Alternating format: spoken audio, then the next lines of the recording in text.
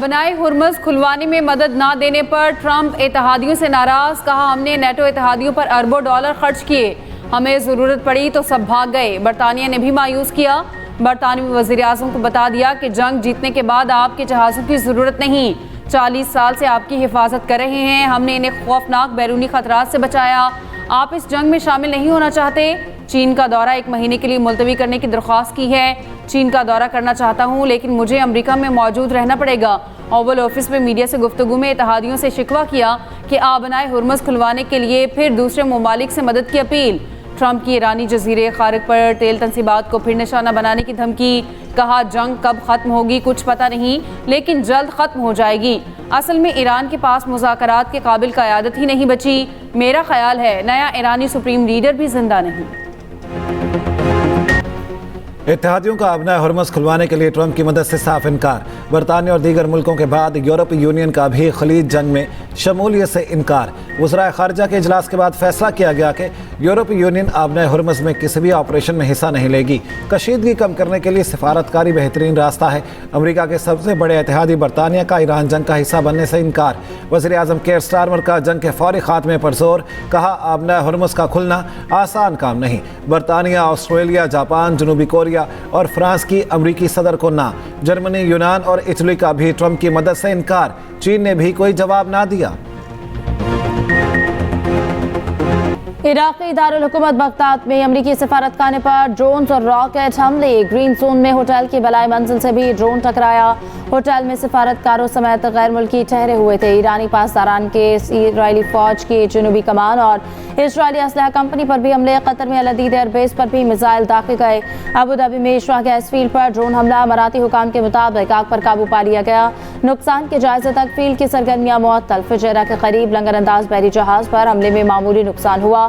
Abu Dhabi के इलाके बनियास में मिसाइल के टुकड़े लगने से एक पाकिस्तानी जाँ बहक हो गया। सऊदी वजारत दिफा का कहना है मशरक़ी इलाकों में मजीद 11 ड्रोन्स मार गिराए। कुवैत का 24 घंटे में 4 ड्रोन्स को मारने का दावा। ईरानी पासदारान का कहना है कि खार्क में तेल तनसीबात पर अमरीका जिस मुल्क से हमला करेगा उसकी तेल और गैस तनसीबात को निशाना बनाया जाएगा।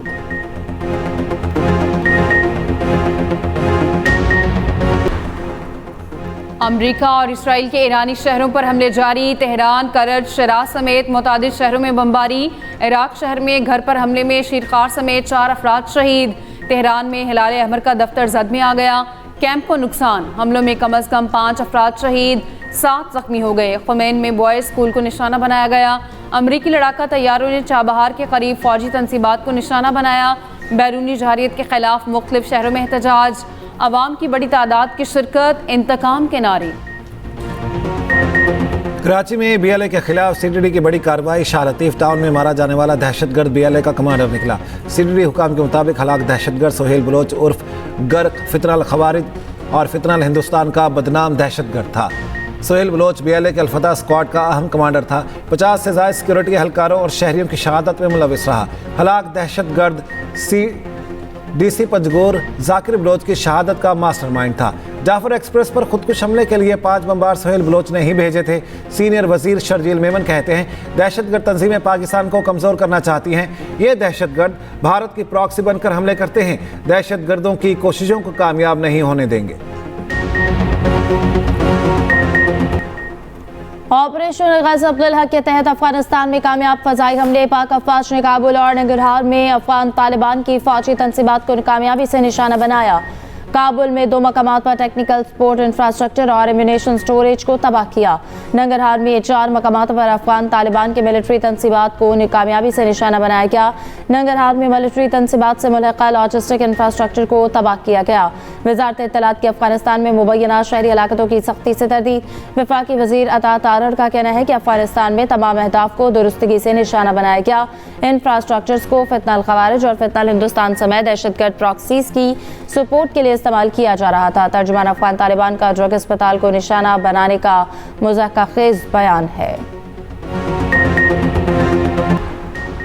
हालिया दिनों में ईरानी वज़ीर ख़ारिजा और स्टीव विटकॉफ बराह रास्त राब्ते में रहे। अमरीकी मीडिया का दावा।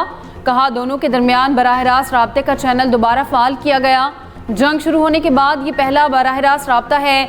ईरानी वज़ीर ख़ारिजा अब्बास अराग़ची की तरदीद। कहा ट्रंप के एलची स्टीव विटकोफ से कोई नया राब्ता नहीं हुआ। विटकोफ से आखिरी राब्ता जंग शुरू होने से पहले हुआ था। अमेरिका ने ईरान में ज़मीनी फ़ौज उतारी तो एक और वियतनाम का सामना होगा। ईरानी नायब वज़ीर ख़ारिजा सईद खतीब ज़ारदार ने खबरदार कर दिया। कहा अमेरिकी सदर ट्रंप ज़रा पढ़ें कि वियतनाम में क्या कुछ हुआ था। ईरान जब तक ज़रूरत हो लड़ने के लिए तैयार है। ईरान फ़िलहाल सिफारती हल पर तवज्जो नहीं दे रहा। ईरानी सदर मसूद पज़ेश्कियान ने कहा जंग हमने शुरू नहीं की, अमेरिका और इसराइल के सामने सरेंडर नहीं करेंगे। ख़ित्ते में ईरान के ख़िलाफ़ अमेरिकी फ़ौजी अड्डों का इस्तेमाल बंद होना चाहिए। ईरान के 7,000 से ज़ायद अहदाफ को निशाना बनाया। अमरीकी फोर्सेस ने 16 रोज़ में ईरान में हज़ारों हमले किए। अमरीकी सेंट्रल कमांड ने ऑपरेशन की तफसीलात जारी कर दी। कहा ईरानी फौजी तंजीबात का आप 200 से ज़ायद बहरी जहाज़ों को निशाना बनाया। ईरान के खिलाफ जंग में अमरीका के 200 फौजी जख्मी हुए। 200 में से 10 फौजी शदीद जख्मी हैं।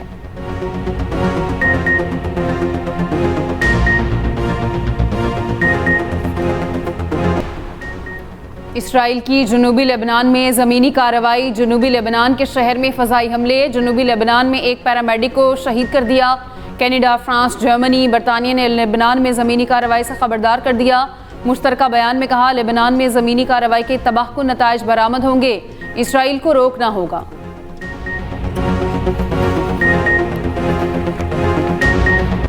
ईरान के खिलाफ फौजी ताकत के इस्तेमाल से पहले क्या मनसूबाबंदी की गई, मुज़ाकरात कैसे होंगे, किस सिफारत हिकमत अमली ने रहनुमाई की। अमरीकी सेनेट की खारिजा उमूर कमेटी ने ट्रंप इंतज़ामिया से वजाहत मांग ली। रूबियो, हैक्सिथ, विटकॉफ, कुशनर की तलबी के लिए डेमोक्रेट्स का ट्रंप को ख़त।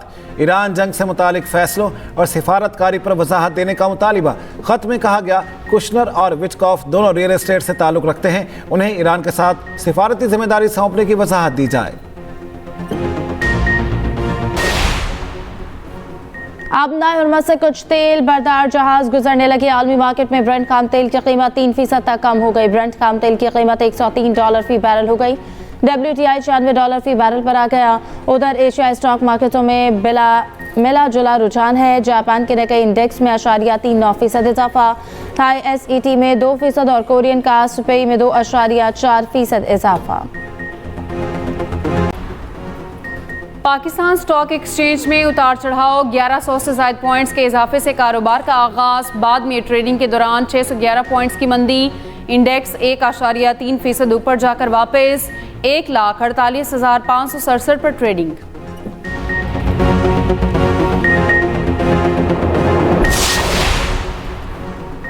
सुप्रीम कोर्ट ने कत्ल और दहशतगर्दी के मुकदमे में नामजद तमाम मुल्जिमान बरी कर दिए। जस्टिस इश्तियाक इब्राहिम ने तहरीरी फैसला जारी कर दिया। ट्रायल कोर्ट और हाई कोर्ट का सजाए मौत का फैसला कलअदम करार। मुल्जिमान को शक का फ़ायदा देते हुए फौरी रिहा करने का हुक्म। अदालत ने कहा मुल्जिमान FIR में नामजद नहीं थे। शनाख्त अमल मशकूक है। गवाहन का मौके पर मौजूद होना और इतने बड़े हमले में किसी खराज का ना आना गैर फितरी है। 1 मई 2011 को पिंडी घेम में हमले से 6 पुलिस एहलकार जाँ बहक हुए थे।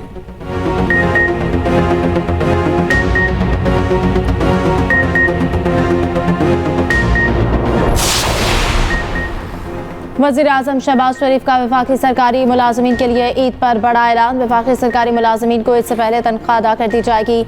मुआशी इस्तेहकाम और आवाम के लिए रिलीफ हुकूमत की अवलीन तरजीह है। वज़ीर आज़म शहबाज शरीफ को आज आवामी रिलीफ से मुतालिक जायजा इजलास में गुफ्तगू करते हुए कहा कि मुल्क में मुआशी इस्तेहकाम के लिए बर वक्त फैसले किए। कमेटी के फैसलों से ही आवाम के लिए तेल की मुसलसल फराहमी मुमकिन हुई।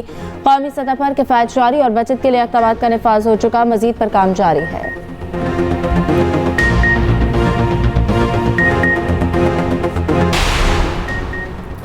राजनपुर में मजीद इंतहाई मतलूब। 11 डाकू ने हथियार डाल दिए। DPO राजनपुर के मुताबिक सरेंडर करने वाले डाकू अगवा, कत्ल और डकैती के दर्जनों मुकदमात में मतलूब थे।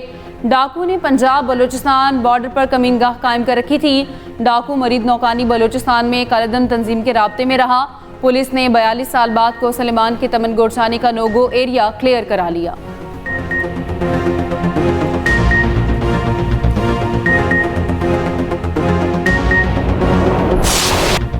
यौम पाकिस्तान की आमद पाकिस्तानी अवाम का वतन से लाजवाल मोहब्बत का इजहार। बलोच और खैबर पख्तूनख्वा के शहरियों ने अपने पैगाम में कहा खुदा करे हमारा वतन हमेशा मुस्कुराता रहे। हमारी उखुवत और हम आहंगी बेमिसाल है। गिलगित बल्तिस्तान की हौसलामंद खातून ने कहा पाकिस्तान से हमारी मोहब्बत लाजवाल है। मीठी ईद, ठंडी ठार भी होने का इम्कान। चांद रात पर बारिश की पेशगोई। आज से 25 मार्च तक मुल्क में तेज हवाओं और गरज चमक के साथ बारिश का इम्कान। महकमे मौसमियात के मुताबिक मगरबी हवाओं का सिलसिला मगरबी इलाकों में दाखिल होगा। इस्लामाबाद, पंजाब, KP, गिलगित बल्तिस्तान और आज़ाद कश्मीर के मुख्तलिफ इलाकों में बारिश का इम्कान है। बलूचिस्तान में आज से 23 मार्च तक आंधी और तेज हवाओं के साथ बारिश मुतवक्की। कराची समेत अंदरूनी सिंध भी बारिश की पेशगोई।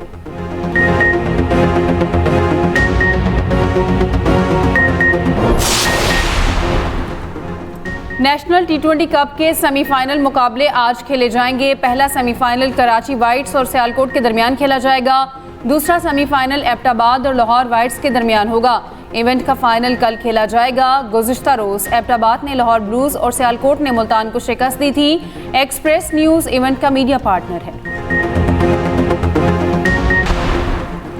PSL 11 के लिए दिफाई चैंपियन लाहौर कलंदर्स का तरबियती कैंप इस्लामाबाद में शुरू। मकामी खिलाड़ियों की फिजिकल फिटनेस में बेहतरी के लिए मशक़ें, बैटिंग और बॉलिंग की खामियां दूर की। गैर मुल्की खिलाड़ी जल्द कैंप में रिपोर्ट करेंगे। इफ्तिताही मैच 26 मार्च को लाहौर और हैदराबाद के दरमियान लाहौर में खेला जाएगा। ईद उल फितर की तैयारियां। बाजारों में खवातीन का भाव ताव अरूज पर। कश्मीरी चूड़ियां और झुमके लाहौरी खवातीन की पहली पसंद। अनारकली से लिबर्टी तक बाजारों में मांग बढ़ गई। पेशावर के बाजारों में भी गहमा गहमी अरूज पर। 1000 महीनों से बेहतर शब कदर की तलाश। मसाजिद में खुसूसी इबादत की गई। बादशाही मस्जिद लाहौर में 27वीं शब की मुनासबत से इज्तिमाई दुआ। मुल्क की तरक्की और सलामती और उम्मत मुस्लिमा के लिए खुसूसी दुआएं की गई। और प्यारा रमज़ान में लैलतुल क़द्र की अहमियत पर गुफ्तगू। 26वें रोज़े की इफ्तारी। अदाकार यासिर हुसैन बने मेहमान। मौलाना आज़ाद जमील ने नाज़रीन की शरई मसाइल पर रहनुमाई की।